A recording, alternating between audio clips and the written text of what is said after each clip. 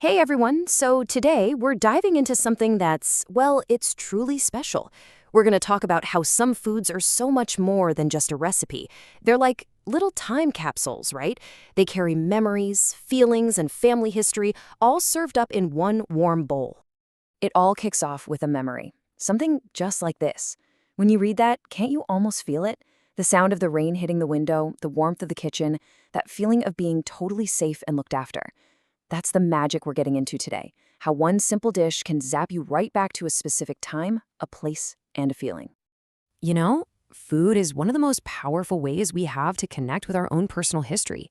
It's a real physical link to our culture, who we are, and all the people who came before us. It's how stories get told and how love gets shown without ever having to say a word. So, how in the world do you build a taste that can hold so much meaning? Well, a lot of the time, it starts with the simplest, most down-to-earth ingredients. So let's go ahead and meet the key players in this delicious story. Okay, so each of these plays a really important part. You've got the earthy, comforting sweetness from the sweet potatoes. That's kind of the heart of the whole thing. Then you get that sharp, spicy warmth from the ginger that just wakes everything up. The pandan leaves, they add this amazing, fragrant, almost vanilla-like smell. And finally, rock sugar brings this clean, gentle sweetness that doesn't overpower anything. Just five simple things plus water. And you've got a whole universe of comfort.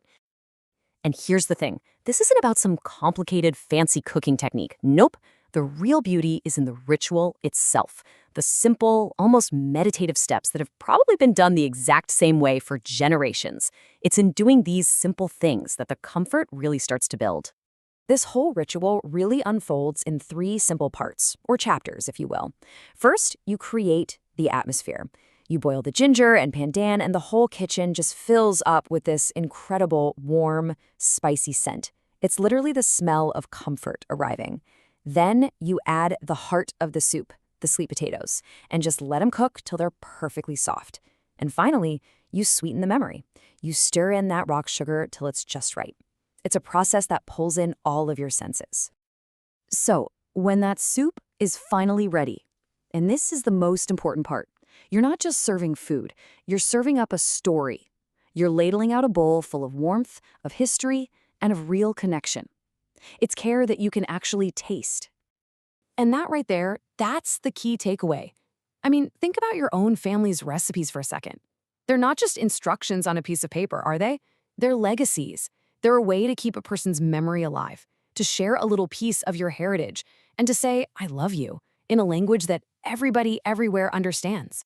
So this gets me thinking, and I have to ask you, what's your go-to rainy day treat? When the sky gets gray and you hear that rain start to fall, what's that one dish that just wraps you up in comfort? What's the taste that takes you right back to feeling warm and safe? Everybody's got one. And we're going to leave you with this final thoughts. The next time you make one of those cherished family recipes, just remember this. The magic isn't only in what you put in the pots or how you cook it. The most important ingredient of all is the story you share when you put that bowl on the table. Thanks for hanging out with me for this one.